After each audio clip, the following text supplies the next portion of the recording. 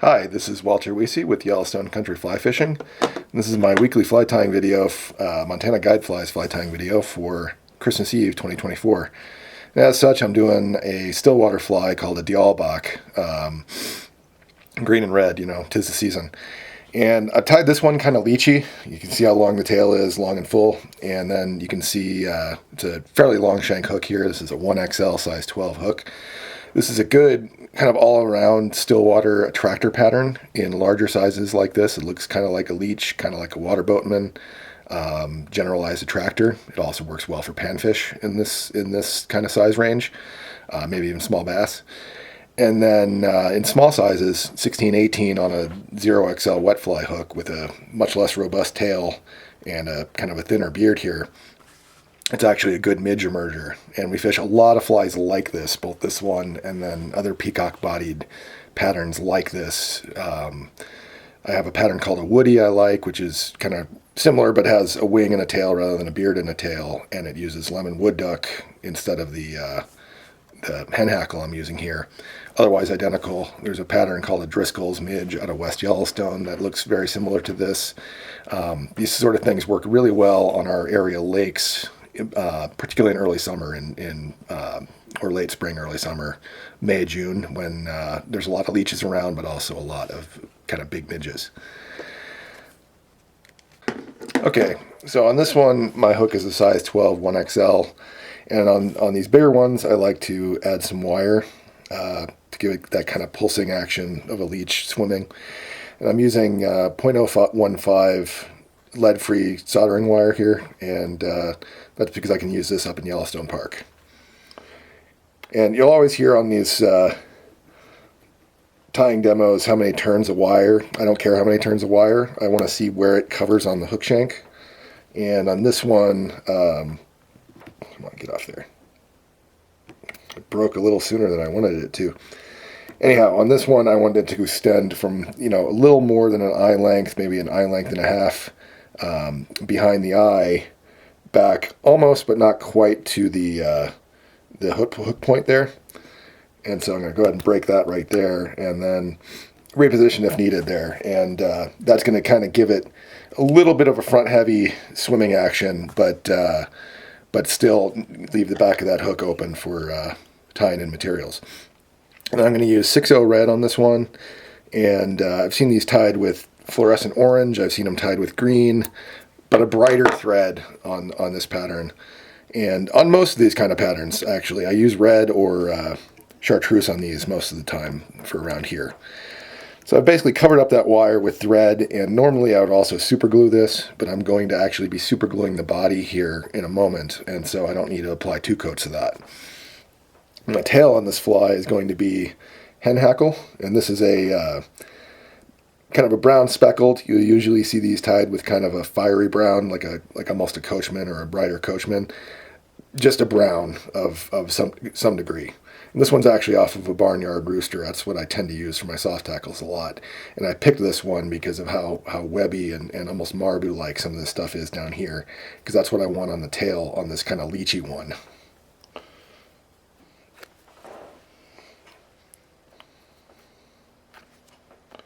And then I'm going to pull off a pretty good clump of that on this fly. And on the smaller ones, I'd tie, I might tie the tail half a hook shank and half the thickness of this. But on this one, I want kind of quite a bit of material here, almost like a woolly bugger tail. And so I stripped those fibers off, and I trimmed off the kind of short and curlies where I stripped it off the hook shank. And I want that to be, roughly 1 1/4 times the hook shank, and so I'm just kind of measuring that here to figure out where I want to tie that in, and then bring it down here. And that's the other reason why I tied that wire where I did, because I can still have a good tie-in point for that hackle fiber without creating a bump right there. And I might have tied that tail a little bit long, but like I said, this one's kind of going as a leech, and so that's okay. And then my body on this fly is going to be just kind of standard strung peacock. And on this one, because this is kind of ratty strung peacock, I'm going to use 5 which if you have high quality peacock, like you're using it off of a peacock eye, you could probably use 3 on a hook this size. And then obviously as you go smaller, you'll use a smaller number of peacock curl strands. You know, on an 18, I'd use no more than 2. But anyway, I squared off those tips, and I'm going to tie those in here at the back. And again, trying to keep those tips behind that wire if I can. And the other thing I could do is just tie that down the full length of the hook shank, but the strands I picked here are actually kind of short, and so if I tied it all the way down the hook shank, it might not be long enough. Now in this pattern, I actually have 2 ribs, and that's because I tend to like having a little bit of pearl flash on these peacock-bodied patterns. Usually you'll see this Diawl Bach with just the 1, and usually it's going to be a wire or a tinsel in the same color as the thread, and since I'm using red tinsel, or I'm sorry, red thread, I'm going to use red wire.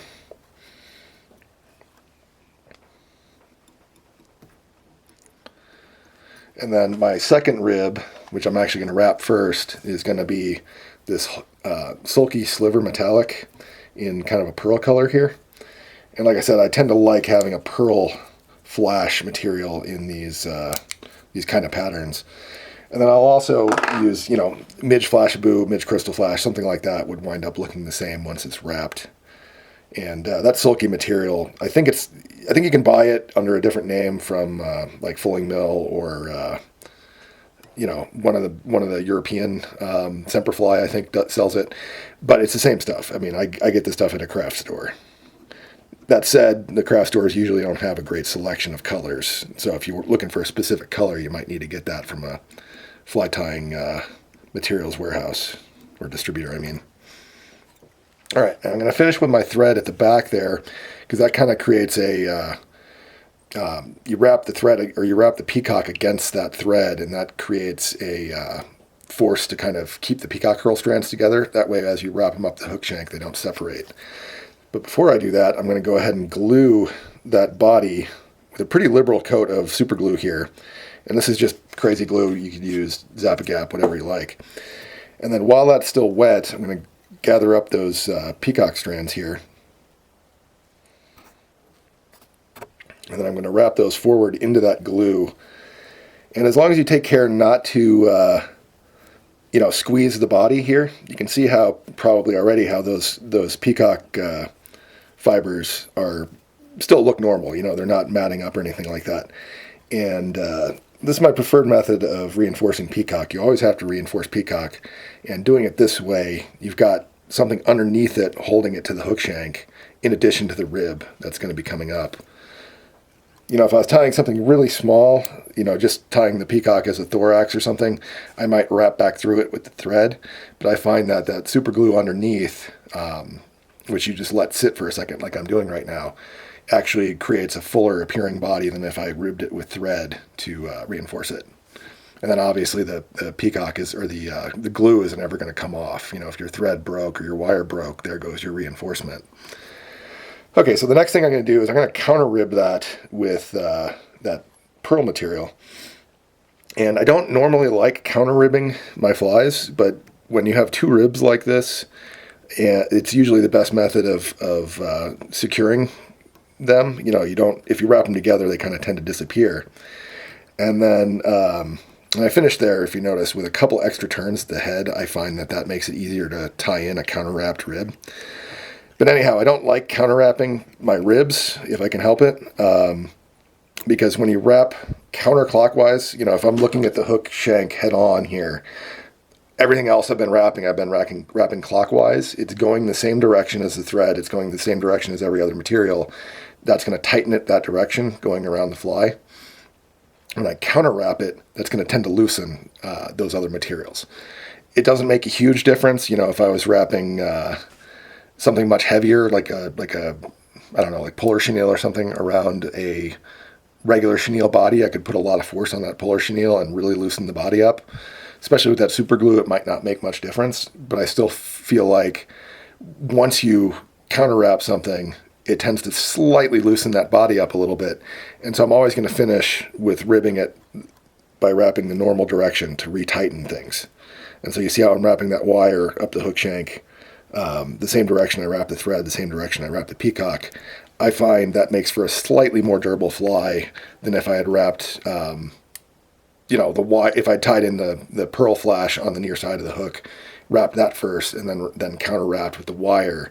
That would be finishing with a loosening wrap rather than a tightening wrap, if that makes any sense. All right, now I'm just helicoptering that wire because I can't find my junky scissors I usually use for that. And then my throat on this fly is going to be the same material as the tail, except I'm going to grab from further up the hook shank here. You see how these fibers are just a little bit shorter. And I'm going to tend to make that a little bit thinner as well. I don't need quite as much of a beard on this fly as I do a tail. Now again, if I was tying a smaller one, I'd have these be much more the same length and number of fibers both front and back here, but I really wanted the strong tail on this one. All right, so I'm going to come in here and kind of measure that against the hook shank. I kind of want that to extend and cover the hook point, but not go much past it. So once I get that measurement, I'll trim it to final length. And then hopefully you can see this here. I have that held in my fingers like this, and then I'm just going to kind of ease my fingers back like so to get a tie-in point there.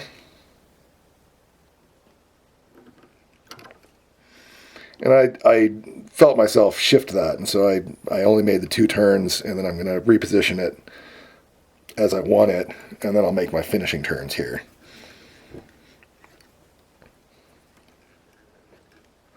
Now, on a little one here, where I didn't want this large of a head, I would actually use the same tying method I did last week on the soft hackle, where I tie the fibers facing forward first before I do any other element on the fly, tie the fly behind it, and then push them back, tie them off with wraps in front.